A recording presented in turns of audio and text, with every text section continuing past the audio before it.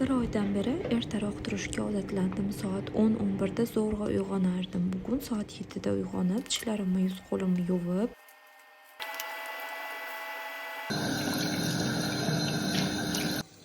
balkonga chiqsam, havo judayam zo'r, shirin bo'lib uxlab yotgan o'g'limni uyg'otdim.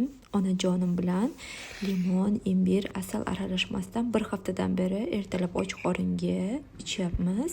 Kun davomida ichish uchun esa 2 litr suvga limon siqib oldim. Uy esa juda bardak bo'lib ketgan. O'g'limni tez harakat qilmaganiga biroz urishdim, chunki maktabga kech qoldi, lekin kuning yaxshi o'tsin deb kuzatib bordim. Keyin uyni tez tartibga keltirdimda, et-betdagi changlarni artdim. Bugun qilishim kerak bo'lgan ishlarimni yozib, bajarib bo'lganlarimga esa yurakcha qo'yib chiqdim. Ozgina reels tomosha qildim va trenirovka qilishim kerakligi esimga tushib qoldi.